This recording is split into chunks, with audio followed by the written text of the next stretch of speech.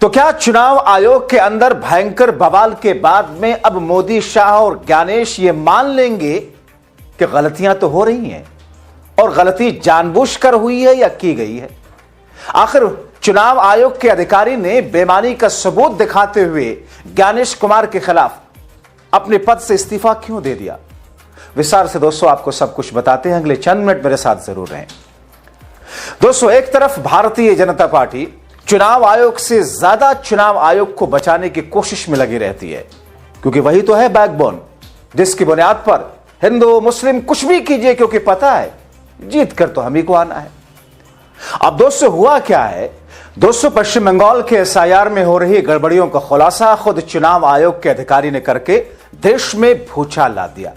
लोग कहने लगे कि अब तो खुद चुनाव आयोग के अधिकारी ही ज्ञानेश कुमार की बेईमानियों पर सवाल उठा रहे हैं।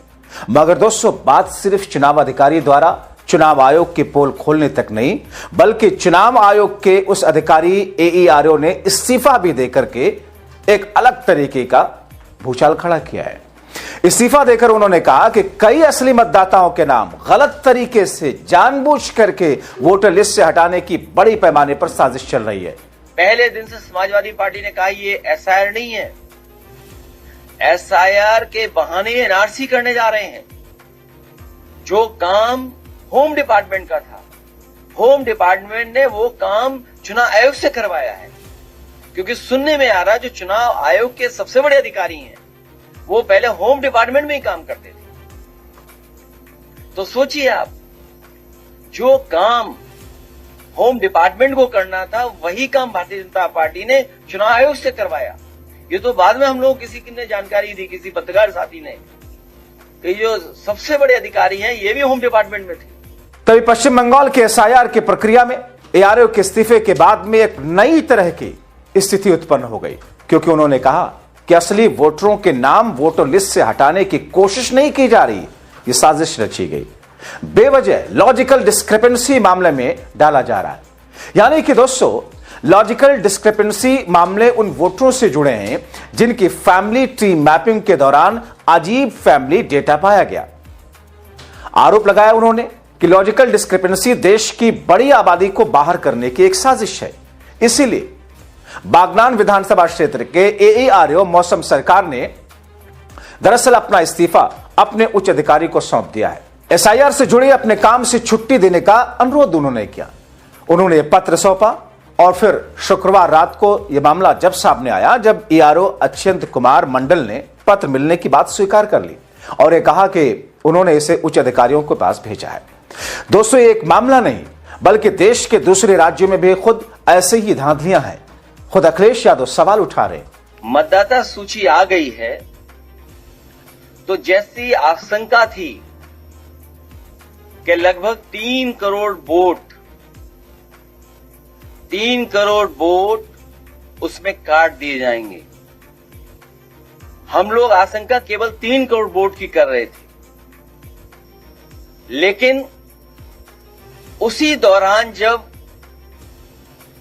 ड्राफ्ट वोटर लिस्ट नहीं आई थी, उस समय देश के इकलौते सबसे बड़े उत्तर प्रदेश के मुख्यमंत्री जी उन्होंने कहा कि लगभग 4 करोड़ वोट उनके कटने जा रहे हैं। जिस समय किसी को जानकारी नहीं थी कि कितने वोट काटे जाएंगे, कितने वोट कटेंगे, उस समय उत्तर प्रदेश के मुख्यमंत्री जी ने अपने नेताओं के, अपने कार्यकर्ताओं और अधिकारियों के बीच में ये कहा कि 4 करोड़ वोट कटने जा रहे हैं, वो भारतीय जनता पार्टी के हैं। उनकी स्पीच आर्काइव में है, सबके पास है, सबने सुनी है। ये बात तो आई, लेकिन उत्तर प्रदेश के कन्नौज के पूर्व सांसद उन्होंने ये कहा कि अभी तो 3 लाख वोट कटे एक जिले में, अभी 2 विधानसभाएं अलग अलग जिले में हैं, उसमें भी हम लोग काटेंगे वोट। अगर बीजेपी के नेता, बीजेपी के पूर्व सांसद, बीजेपी के मुख्यमंत्री ये बात कहें तो ये सवाल उठता है कि इलेक्शन कमीशन उसकी क्रेडिबिलिटी क्या है? हम लोग किससे माने कि किसका ड्राफ्ट लिस्ट, कौन वोटर लिस्ट ठीक करेगा? और जब इतनी बड़ी एक्सरसाइज हुई हो तो हम उम्मीद करते हैं उत्तर प्रदेश के लोग कि वोटर लिस्ट ठीक होगी। दोस्तों, मौसम सरकार बागनान ब्लॉक नंबर 2 के ब्लॉक आपदा प्रबंधन विभाग में एक अधिकारी हैं। बागनान ब्लॉक नंबर 2 में लॉजिकल डिस्क्रिपेंसी पर सुनवाई 14 जनवरी को शुरू होने वाली है। उस ब्लॉक में ऐसे मामलों की संख्या लगभग 24,000 है। मौसम सरकार ने इस सुनवाई से पहले ARO के पद से छुट्टी मांगी है। अपने पत्र में बताया कि लॉजिकल डिस्क्रिपेंसी में बताए गए नामों में स्पेलिंग की गलतियां 2002 की वोटर लिस्ट में थीं, लेकिन बाद में आम नागरिकों ने चुनाव आयोग के नियमों के अनुसार फॉर्म नंबर 8 भरकर उन्हें ठीक कराया। और दरअसल यही कारण है कि उनके नामों की स्पेलिंग में गड़बड़ी हुई और यह बात उम्र की गलतियों पर भी लागू है।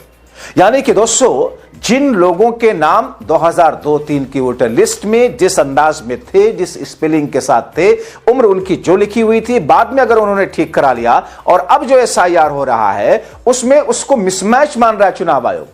और ऐसे में विपक्षियों के, यानी कि गैर BJP, गैर NDA वालों के वोटर्स को, उनके नाम को काटा जा रहा है। इस मामले में मौसम बाबू ने स्थानीय पत्रकारों को बताया कि एक जिम्मेदार नागरिक के तौर पर मेरा मानना है इस तरह की लॉजिकल डिस्क्रिपेंसी का कोई मतलब नहीं। बड़ी संख्या में लोगों और हाशिए पर पड़े समुदाय के लोगों के वोट रद्द करने के इरादे से यह किया गया है।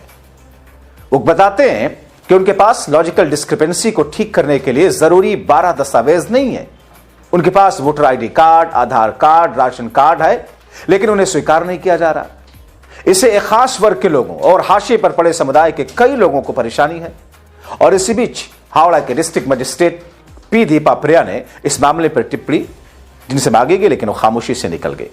दरअसल दोस्तों, कथित तौर पर मोदी सरकार और चुनाव आयोग की मिलीभगत से BJP और चुनाव आयोग ऐसा ही और इसी मानसिकता वाले अधिकारियों को ड्यूटीज पर तैनात कर रही है जो BJP के वैचारिक तौर पर BJP के साथ में जुड़े हों, कि जो BJP के आइडियोलॉजी से मैप करते हैं अपने आप को, जिनकी मैपिंग की गई है, कुछ अधिकारियों की मैपिंग की है कि अगर आइडियोलॉजिकली उनके साथ मैपिंग है तो उन्हीं को हियरिंग के ड्यूटी पर लगाया गया, जो डिस्ट्रिक्टों में भेजे जा रहे हैं। इसलिए जो पहले मांग की हम लोगों ने कि वो अधिकारी जो हियरिंग करने जा रहे हैं, जिनकी BJP ऐप से मैपिंग की है, आइडियोलॉजिकल मैपिंग की है, आखिरकार वो अधिकारी कौन है?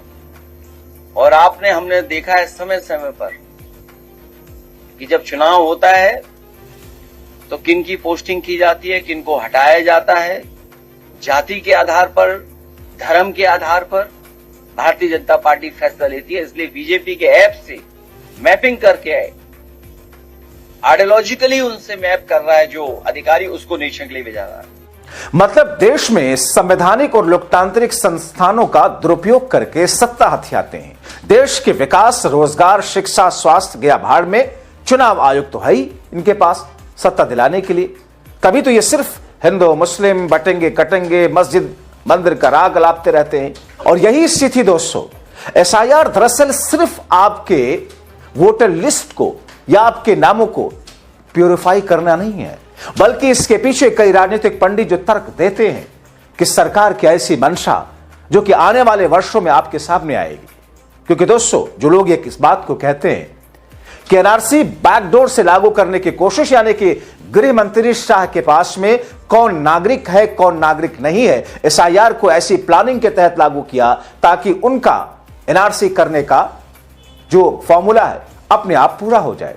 जहां SIR करने की जरूरत है असम में, वहां पर इन्होंने कराया ही नहीं और इस बात का जवाब आज तक नहीं दिया। लेकिन दोस्तों, मैं सबसे ज्यादा दोषी मानता हूं इन सब में। पर्सनली मैं आपको बताऊं, अपने 20 वर्षों के पत्रकारिता के करियर में जितना मैंने कांग्रेस, BJP, कोर्ट, क्राइम को कवर किया है, सुप्रीम कोर्ट ने आखिर अब तक SIR के मामले को लेकर अपना फैसला क्यों नहीं सुनाया?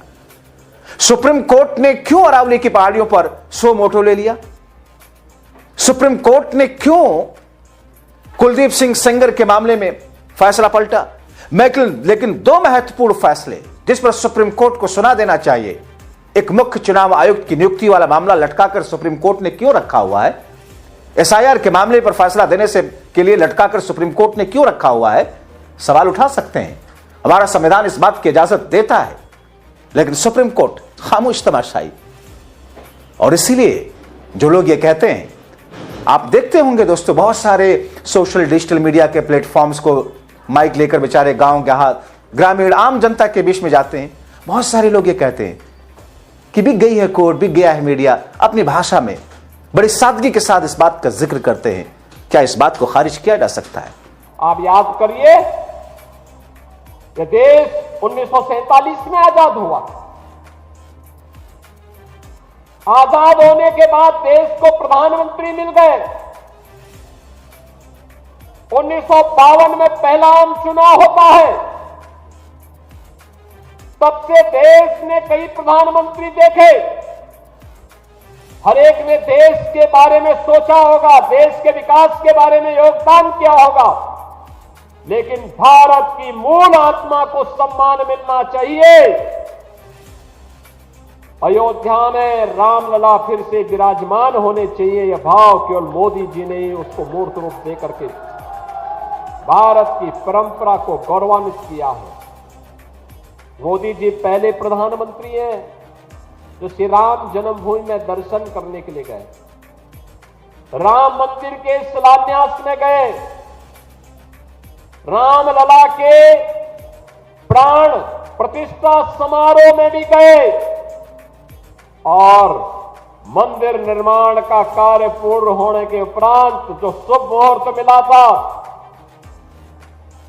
सनातन धर्म की ध्वजा पताका को मंदिर पे आरोहण करने का, उस समारोह में भी प्रधानमंत्री स्वयं भागीदार बने और उन्होंने दिखा दिया दुनिया को इच्छा शक्ति होनी चाहिए कार्य करने की। जो लोग आज भी आपको बांट रहे हैं, बहनों और भाइयों, ये आपके हितैषी नहीं हो सकते, कभी नहीं हो सकते, कभी नहीं होंगे। ये वही लोग हैं जिनको सत्ता में रहने का अवसर प्राप्त हुआ था। जब सत्ता में थे तो स्वयं अपने परिवार के बारे में सोचते थे, उससे बाहर उनकी दृष्टि नहीं थी। आज तमाम प्रकार के नारे देंगे, स्लोगन देंगे, लेकिन ये वास्तविकता नहीं है। इनको जब भी मौका मिलेगा ये वही करेंगे जो उन्होंने पहले किया था। पहचान का संकट खड़ा करेंगे, अराजकता पैदा करेंगे, सनातन धर्म पर प्रहार करेंगे, दंगों की आड़ में फिर से हर एक व्यक्ति को झुलसाने का कार्य करेंगे।